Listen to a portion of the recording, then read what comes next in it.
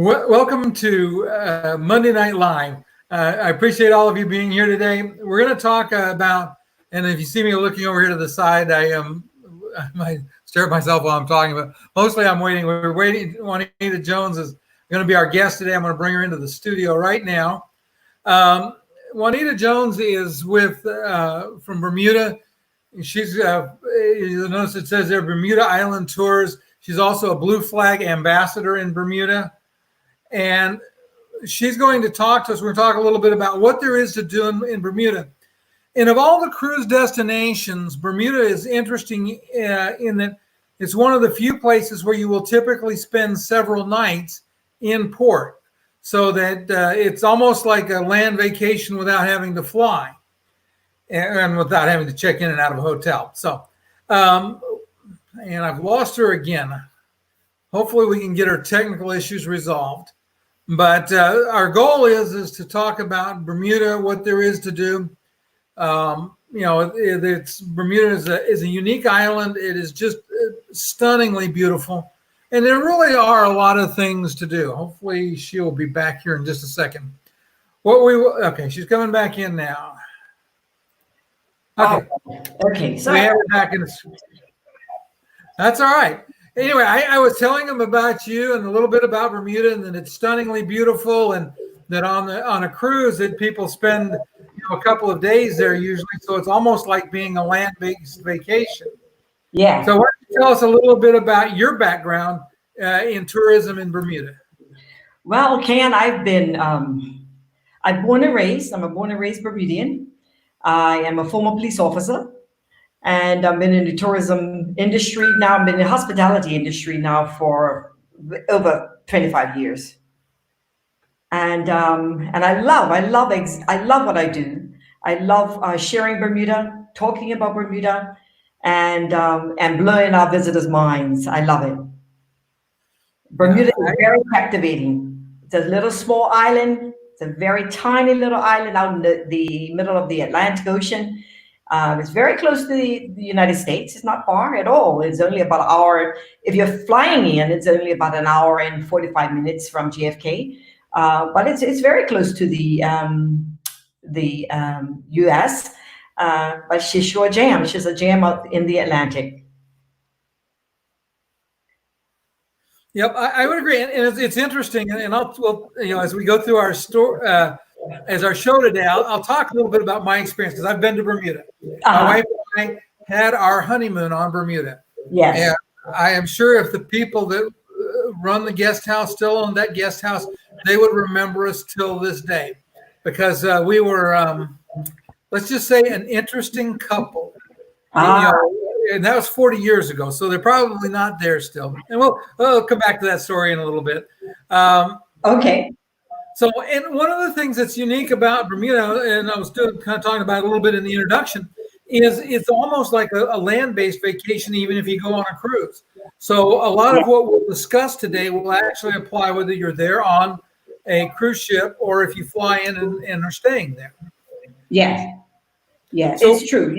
If you come in on a 2-day cruise, I mean, although Bermuda is a very small island, it's so much to see. It's a lot to see on this little island. There's a lot to take in. And you would need at least 2 or 3 days to do it. So if you come on a 2.5 day, 3-day cruise, you would definitely be able to get a lot of the island in. And even with some swimming, all the history, you'll get some history. You get a lot of history in this island from the west side to the east side. The east side, of course, is where St. George is the old town of St. George. That's where Bermuda was discovered back in July 1609. That was over 400 years ago. But St. George is steeped in history, and also the Royal Naval Dockyard, very interesting place, and that's where the large cruise ships come in and they dock there. Although we have 3 ports, we do have 3 ports in Bermuda, one in St. George, one in Hamilton, which is central. Hamilton is the capital of Bermuda. And then we have the Royal Naval Dockyard, and that is the largest cruise ship pier that we have. And that's where you will find King's Wharf and Heritage Wharf there in the Royal Naval Dockyard. And they are equipped to take the larger cruise ships. Hamilton and St. George, they would take the smaller ships. but you'll find so much fun getting off at any of the three ports. You'll find Bermuda very, very interesting. Okay, so we'll approach this from a couple of angles. Let's start off. I've never been to Bermuda. Okay. I'm coming, and I'm going to be there. Let's say I've got 2 overnights, so I come in on an afternoon one day, and I have 2 full days, and then I sail on the 3rd morning. So, okay, the very first thing that I tell my visitors when they're coming into Bermuda, or if they're calling me for information, or if they're emailing me for information, the very first thing that I encourage them to do is take an island tour. An island tour would give them a full layout of the island and its history and culture. And that's what we do at Bermuda Island Tours. But we give a whole the first day should be an island tour. An island tour can be anywhere from 5 hours, which we complete the whole island, and some do 6.5 hours, or whatever they wish. But an island tour should be the very first thing that they do. And then the second day, they can visit. And as they're going around the island, you're going to see some beautiful, beautiful, gorgeous beaches. So on the second day, now that you got the layout, the second day, you can always pick which beach you want to go to if you wish to visit a beach. If that would be a big beach day, you can pick which beach you would like to visit. And because it's several beaches, even for wheelchair access visitors, there are several beaches that they can pick from to go for a great swim. Okay, well, very good. When my wife travels with a wheelchair now, when we were on our honeymoon, she didn't travel with a wheelchair. And the one comment I'll make is early in the season, the water in Bermuda is colder than you might expect. We were there in April, and it was not exactly, because you think of Bermuda, at least I always thought of Bermuda as like a tropical island, and it's not really. Right. It's a lot farther north. And so that leads to my first story. Anyway, we're staying in this very nice prim and proper guest house. And as, our first beach day, I wanted my wife to go in the water, and she put her toe in and said she wasn't going in. That was just too cold. And, really wet and feeling kind of froggy, I picked her up and decided I was going to carry her into the water. Well, she didn't want any part of that, and she did a face plant. And so when we get back to the guest house the next morning, she has like a sand burn around, where she landed on her face in the sand. And it kind of looked like I gave her a black eye. Oh, no. For you husbands, that's not a good thing to do. You should not put your wife in the water when she doesn't want to go. No. Okay, and one of the things that is amazing about Bermuda is the water, the coral. Like I said, it's been 40 years, but I still remember very vividly how beautiful it was. And I've actually been back more recently than that. We were maybe 5 years ago. We came back on the Dawn, but I came down with a really bad case of bronchitis, and I just wanted medicine and stay on the ship. I was really disappointed that I didn't feel up to getting off and going around. Oh, that's too bad. Even then, coming into and going out, you could see, we had a balcony cabin, and so you could see how clear and beautiful the water is. It's just amazing. Okay, so we've done an island tour, and now we've done the drive around tour, and we spent a day on the beach. And I would say probably spend 2 half days on the beach, because if you spend all day on the beach, the odds are pretty good you're going to resemble cooked lobster. Because a lot of sunshine. Well, I always suggest, especially when our visitors are coming into the Royal Naval Dockyard, what I do when they want something, Juanita helped me to put an itinerary together for my group or for my family or whatever. Okay. Like I said, the very first thing that I do is tell them to take an island tour. The second day, I would tell them, if they come in on the Wednesday, island tour. If they come in on the Thursday, if they're here for the Thursday, that should be their beach day. And if they're leaving on a Friday afternoon, like lunchtime or 3 o'clock, 4 o'clock in the afternoon, the Royal Naval Dockyard is a beautiful fortress. It's a beautiful place to visit. It's a lot to do in the Royal Naval Dockyard. So I would say on that last day, stick closer to the ship. Stick closer to the ship. So do whatever you have to do for the first day and the second day away from the ship. On the last day, stick close to the ship. Because the way Bermuda is shaped, Bermuda is, like I said, 21 miles long, and it's shaped like a fishhook. So the west part of Bermuda, there's only one way in and one way out. That's why I tell everyone, stay close to the ship on the last day, because anything can happen. Yeah. Because if they're out in Hamilton, or they're out in St. George or something like that on the last day, and if there's a major accident or something that they cannot come, if they're traveling on the road and the road is blocked, they're not going to get back to the ship. So leave all the shopping in the dockyard area. If you want to visit the National Museum, the Maritime Museum there in the dockyard, all the shops, Snorkel Park. You can go to do mini golf. You can do some more shopping. They have the Clock Tower Mall there. They have the Bermuda Art Gallery there. They have the craft market there. So it's several things that you can do on that last day. So that's why I say, on your first day, the Wednesday and the Thursday, go away from the ship, go out, see the island, go swimming, do whatever you want to do. But that last day, stay closer to the ship, because you don't want to miss the ship. Yeah. Okay. So that would be my advice. And that is a very good plan to be close to the ship. And I would say that there, at least when we were there was some really nice shopping. I would imagine they still have some nice cashmere and my wife, I remember, bought a shawl, and I'm sure she still has it 40 years later. That's it. Yeah, that will be in Hamilton. And Hamilton is easy. Now, let me back up a little bit. The last day of your travel, the day that the ship is departing, you can also go to Hamilton, but you'll go to Hamilton first thing in the morning. If you want to do some more shopping, go to Hamilton first thing in the morning and ferry back. You can ferry across, which is only 15 minutes across the water, and ferry back, which is another 15 minutes, instead of driving all the way around, which would take about 45 minutes. So it's shorter to just hop on the ferry and go across the water. And that's whether you're in a wheelchair or not. It doesn't matter, because the ferry terminals are all wheelchair accessible. Okay. Well, very good. Yeah. I appreciate that. Actually, let me check here. Oh, yeah. My wife chimed in. She said the shopping for European wool products was a lot of fun in Bermuda.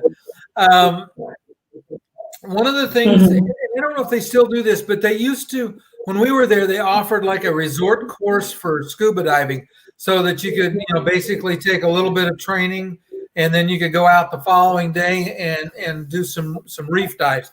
Do they still do that there?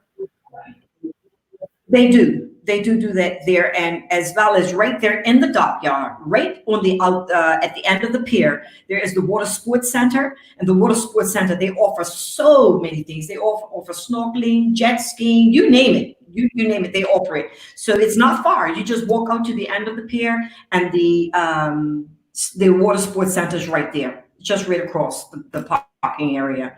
So it's easy to get to. It's easy to get access to. Okay, so now I have to ask a question. Do they still rent the mopeds on the island? Yes, they do. They still rent the mopeds, but of course, it's much hectic. It's much more hectic and more crazy riders on the street than it was 10, 20 years ago. So, but they also have another interesting little four-wheel. It's like a four-wheel tricycle. It's like, they call it the Twizy, the little four-wheel electric cars, like the mini cars. They carry two people. So you can, if you're not comfortable on a moped, you can also rent one of the four-wheel Twizy. They call it Twizy, or it's just like a mini car. That's all it is. And that as well. So now I have to tell my other piece of my Bermuda story. Okay. We rented a moped, and mopeds. My wife and I each had one, and we drove all over the island. Had a great time with them. And in general, they told us when we checked it out, that the husband should follow the wife, because the wife would be a little more cautious. Yeah. Yeah. After there was an Oriental restaurant, I think it was in Hamilton, and they served a Mai Tai or something in like a great big wooden bowl with 2 straws. And Okay. after I had invited part of that, and I'm following my wife, I decide I'm going to pass her. And so I go out around her. And when I look up, after I kind of turn over my shoulder and say, yeah, I passed you, I looked up and there was nothing in front of me but coral wall. Oh, and I hit a geez. coral wall head on at full throttle. And Oh, I am quite sure that if the people own that moped store, they will remember me there too, because I'm sure I did more damage to a moped than has ever been done. The front, they showed it to me afterwards. The front tire was wrapped clear back around the gas tank. And so that moped was finished. It was done. It was done, yeah. And my wife said that I got up. Now, mind you, this is day 2 of our honeymoon. My wife said I got up on all 4s and was making animal noises. And she's like, oh no, I am now married to a vegetable. And she said, I am married to a vegetable. And so they took me to the hospital. Somebody came by in a car and took me to the hospital. And I woke up in the hospital and I had a concussion and they had stitched up my head. And so we left the hospital. We went back to the moped place. And I wanted another moped. And they looked at me and they said, no, sir, you can't have another moped. We will give you a 2-seat moped, but only your wife can drive. So the rest of the trip, I'm towing around on the back of the moped. But now, so imagine that. Yesterday, my wife came into the dining room with her face all rough. Now I come in with stitches in my head. And I am sure that they thought that we were doomed to fail as a husband and wife, because I beat her up and then she beat me back up. But it was, like I said, it made for a memorable trip. But we had a good time. It must have been hilarious. It was pretty funny, yes. Okay, so now I'm coming back for the second time. I've been to Bermuda. Oh, no, actually, I want to back up for 1 second. So on day 2, we're going to the beach. Yeah. The most popular beach on the island is the Horseshoe Beach. That is the most popular beach. It offers more amenities than any other beach on the island. It has the one thing that they do have that many of the other beaches don't have is a lifeguard. Another thing they have is the restaurant and a bar. And you can rent umbrellas and chairs and snorkel equipment and all of that. So it has wonderful, beautiful showers and the restrooms and the changing rooms and all of that. A lot of the other beaches it's not equipped like Horseshoe Beach. It's a lovely, lovely beach. And it's a huge beach. It's not a tiny little beach, it's a huge beach. So even if it's 1,000 people on the beach, once you're all spread out, you don't even realize that it's that many people on the beach.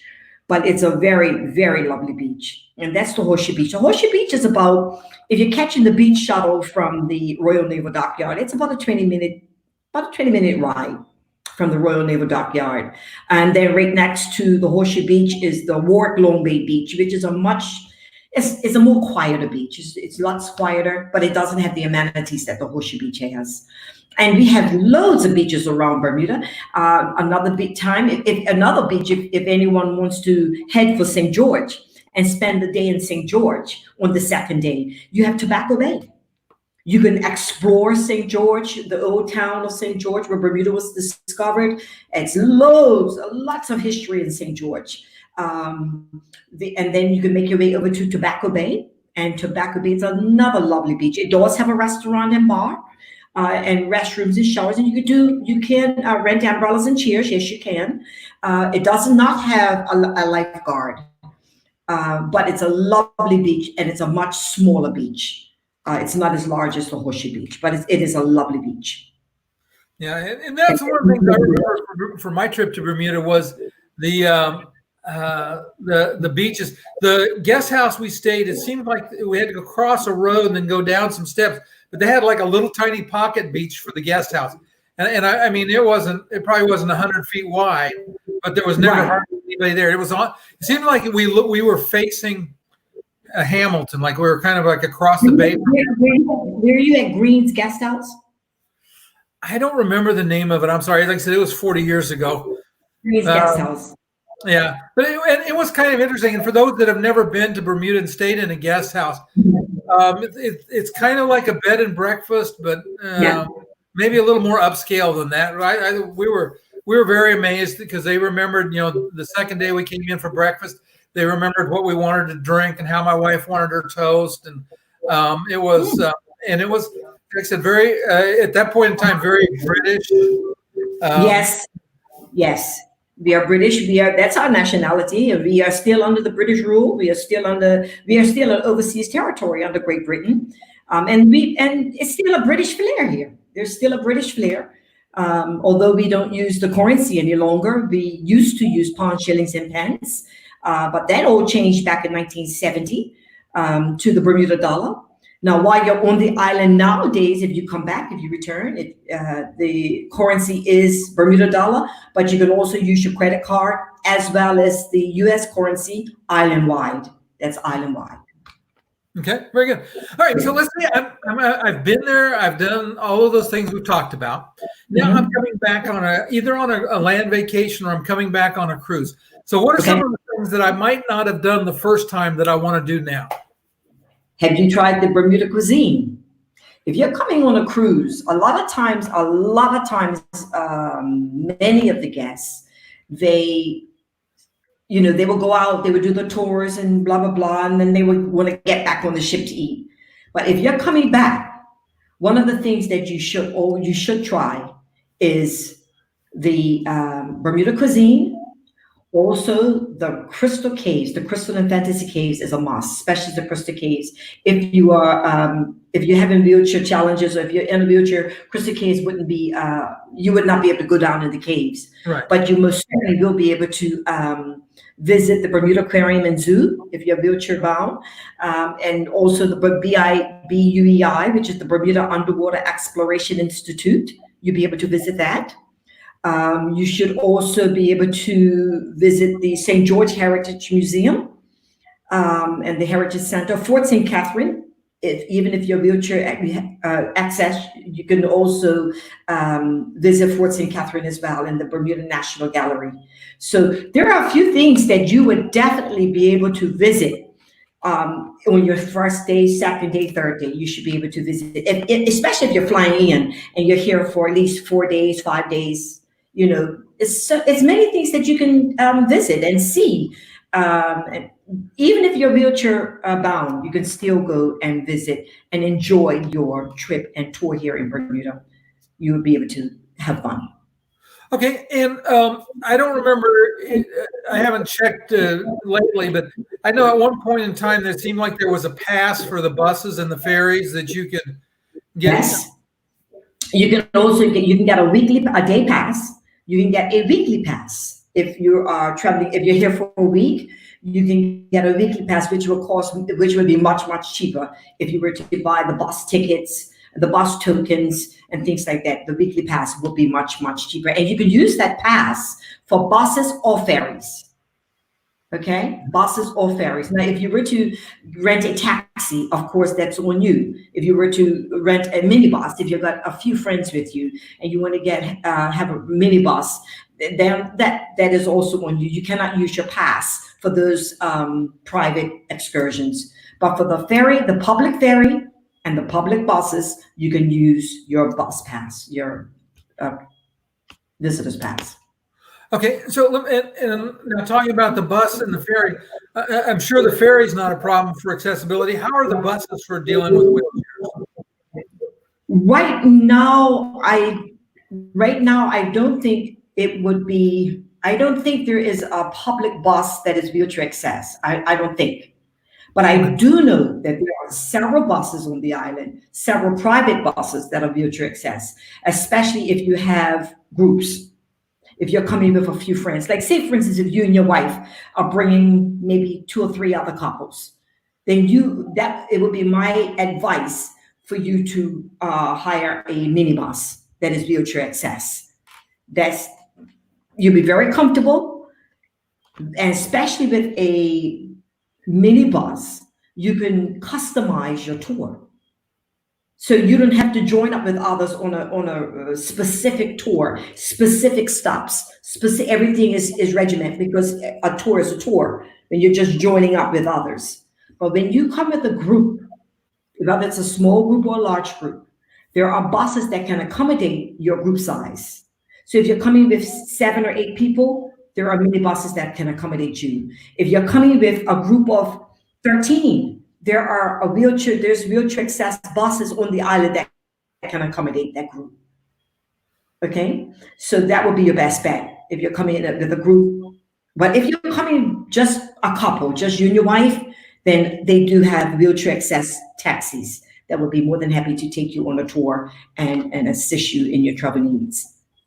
Okay, so you can do it for small groups, just a couple, or you can do it for the bigger groups. That's very handy. Yeah.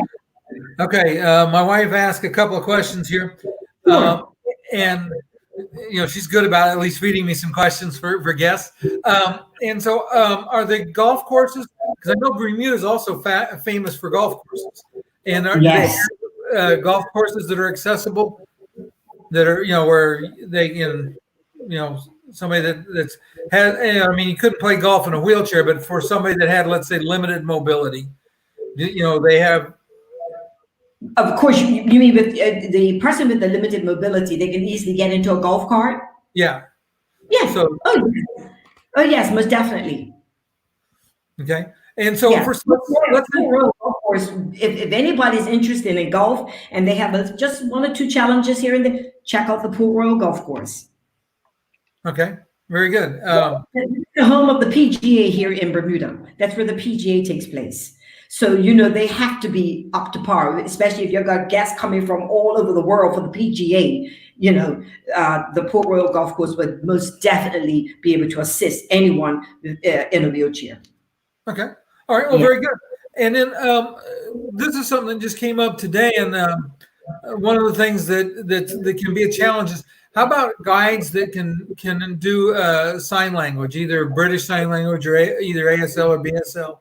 So that if somebody's there on a tour, but they need to sign language, is it available? Would it be hard to find? What I've done, Bermuda Island Tours, my company, what I've done, whenever I have a group or someone that wants just a private tour, whether it's husband and wife or just husband and wife and 2 kids or whatever, and if they are not, I've had a question once before, I need a German translator. I will find a German translator on the island. If I need a person to do sign language, I will find a person to do sign language on the island. So whatever your need is, we should be able to find that to assist you here on the island. And of course, it will be a separate charge for that person to come in to do sign language, or the person to come in to speak German or whatever, Italian or whatever the language is. We will find that person, and that's what I've done. I've done that personally in my tours. Those who request a certain language, or if I need to do sign language for someone, then I will bring that person on to assist while I'm doing the tour. They're doing the sign language. Okay, well, very nice, because that is something that and we think about wheelchairs and walkers for accessibility all the time, but there are other disabilities. In fact, I have a group on Facebook, and we have people with children that suffer from autism, and we have that's right, people that are blind, and people that are. The groups all the time, even the groups or with the homes that bring in or the groups that come here with autism children, autism groups, we deal with that all the time. But there are just certain tour operators that will be able to handle a group of autism kids or autism adults or whatever. But there are just certain tour operators that would do that. Not all tour operators would engage in that. I mean, we do everything, because we're equipped to do everything, and we will find whatever we need for our groups, for our visitors. We will find that whatever they need, we will find it. We will meet your every need. Okay, well, and that's very encouraging, because, like you said, I am.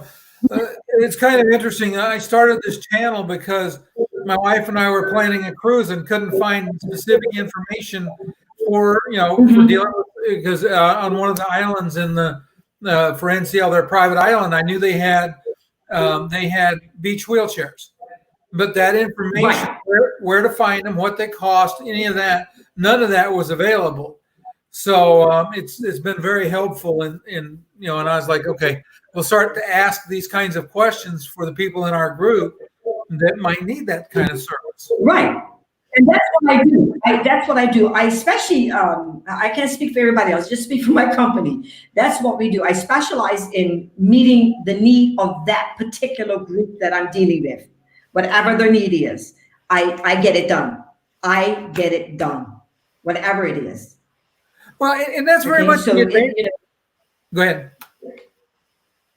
No, I was just saying, it doesn't matter if it's a function, an event, just transportation, touring, whatever we need for that particular group, we get it done. If they need specific information for a specific need, we had just at the end of our, about 6 months ago, at the end of our season last year, I think it was October, November, we had a gentleman that he wanted to hire us for a private tour. It was his group, it was his family, and his daughter, she had a specific need. She had to carry around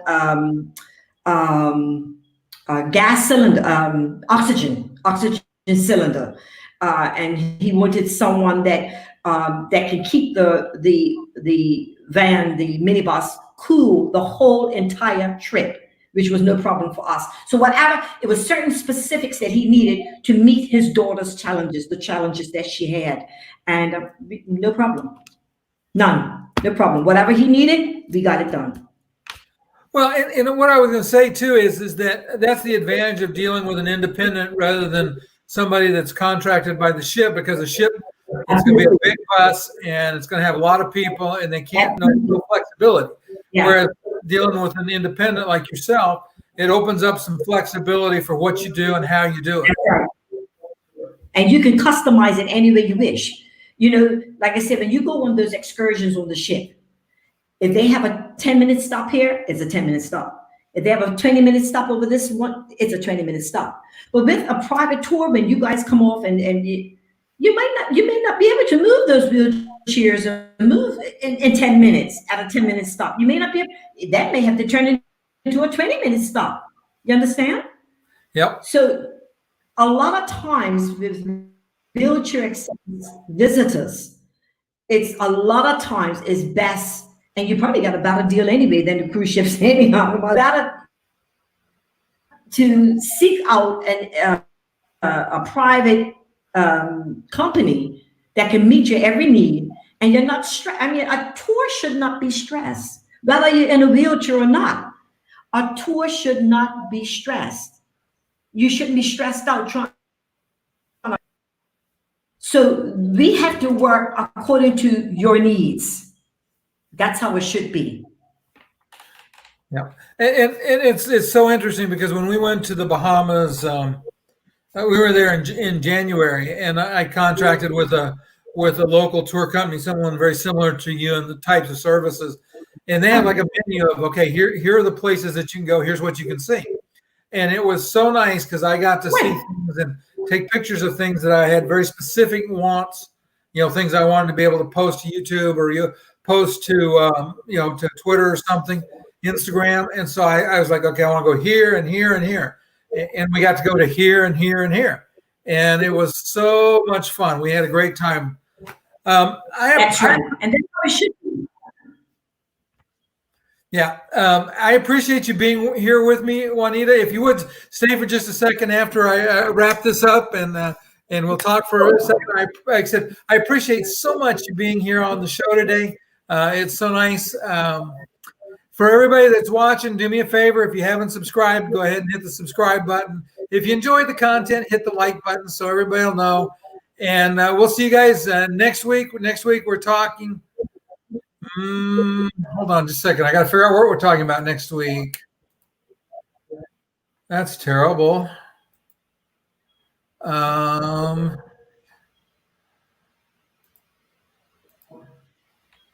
Let's see, we did Bermuda. So next week on May 4th, we're talking to the folks in Cape Canaveral, Port Canaveral, in that area. So for people that are starting cruises there, or people that are visiting on Port Stop next week, we'll talk to people from Port Canaveral.